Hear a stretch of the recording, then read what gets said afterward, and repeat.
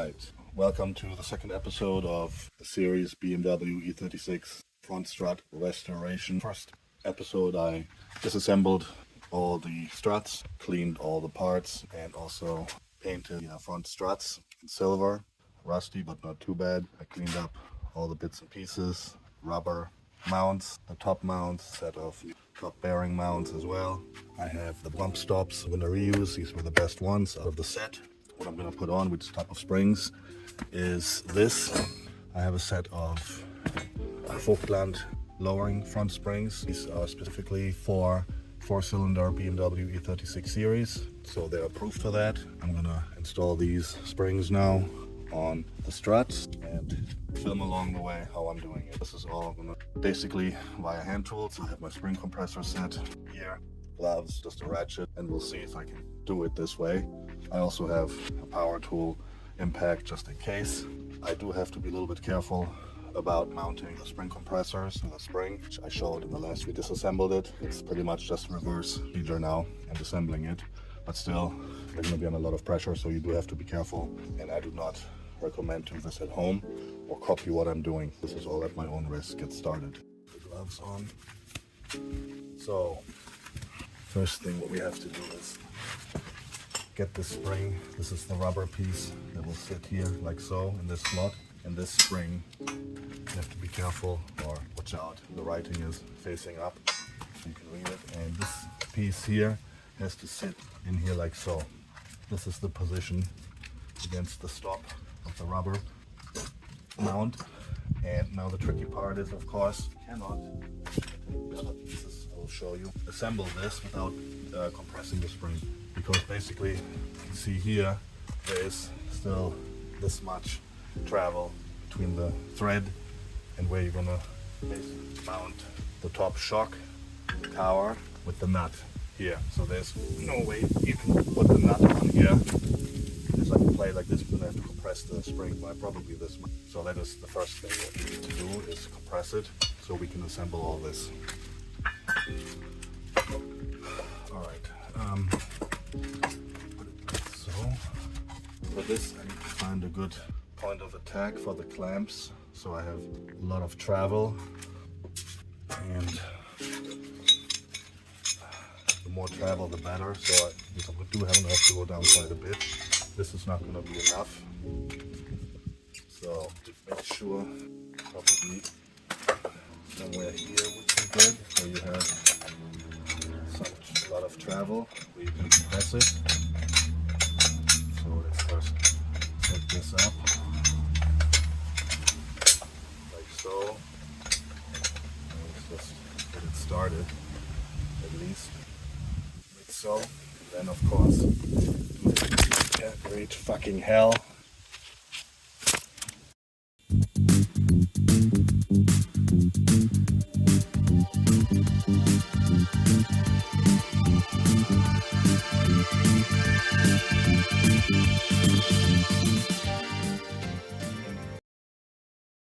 I just compressed the spring, both sides equally, more or less. And you can see here now, when I put the plate, we actually have the thread now sticking out. So this is compressed enough to be very careful here. And we have enough travel. We put the top, see with the top mount, which still needs to go on, that we have thread sticking out. We can actually put the locking nut on it now. So this is sufficiently compressed now for what we want to do. And I'm now put the bump stop in here, cannot forget that, which is this guy right here, and assemble it more or less. So we continue. Like I said, my first thing first, to put the bump stop in here. Don't forget that. Maybe like this. Then put the top mount. The rubber has to line up here at the end with this end of the rubber, the spring, like so, and also here, which it does. So basically now to put washer, cannot forget this, otherwise if you mount the top bearing without the washer, it's going to bind and not going to turn. Actually, I took my car to a shop once here to have this done when I didn't know how to do it, and they actually forgot to put this, and it was making noises turning, very hard to turn. So yeah, don't trust anyone until you do it yourself, right? Lesson learned. I was paid a lot of money for it. Just do it on my own. See now? And here now, on there, we can put now the locking nut in here, and I'm gonna start it. Starting, catching, which is good. I'm gonna have to hold the piston here because it's gonna turn with this if I try to twist it. So I'm gonna put my rag on the piston here and then put a set of vice grip on here to hold it. I've done this before like this and it works fine and it doesn't damage the piston. This. And now my ratchet. Should get the extension on it. And now there's wasps flying here. I already got stung once before. There you go. Now tighten it down. Yeah, everything is still situated how it should be. I'm gonna go down. Piston is not turning, I'm holding it. Okay, now it's more or less stopping, that's it. So I reached the end.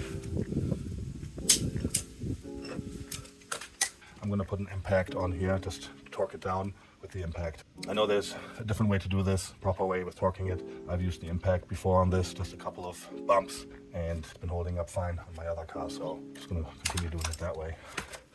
So I remove this, this, and basically now you can see it's rotating freely. The spring is seated as it should. So against the end and also in here on the bottom.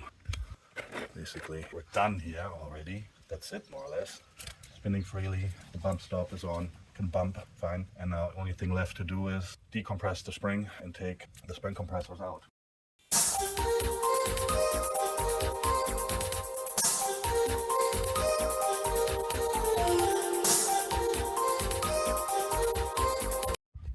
Okay, as you can see, I dismounted them. Everything is dandy and fine, situated. It's seated properly here, which is important, and also on the bottom here, used to be seated there properly. Bump stop is in, good, and that's pretty much all she wrote. Refurbished front strut, H&R with the new or used lowering springs.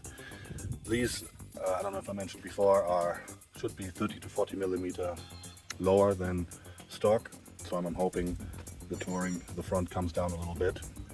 So I'm gonna, next step, take the old ones out and mount these in the car. You can see, if you want to watch the first episode, how I dismounted everything. I'll leave the description or the link in the description below, that way around. And I'm gonna do the second strut now. But this one, I'm just gonna do a time lapse on it, so you can watch it or not. But anyhow, this one's done, and now I'm gonna do this one.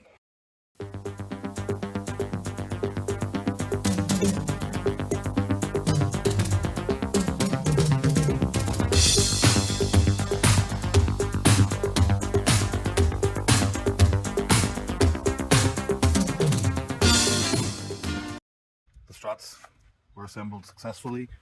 I have a refurbished set, Craigslist rebuild, call it what you want, out of used parts. I took the best parts from the set that I got, and I'm going to use them on my E36 Touring. So I got a new, well, not new, refurbished set H&R struts. I have the full clamp lowering springs, 30 or 40 millimeter, pretty nice. So this was actually, if I calculate all the cost, I don't know, like I bought the whole set before for 30 euros, so 50 for 4 struts. The springs were like 20, so basically this set is like, I don't know, 40 euros, which it cost me in total. And the functions are still okay. I tested the strut in my last video, the rebound, nothing is leaking, they're fine. The lowering springs also looked very much not new, but barely used. That was a successful rebuild.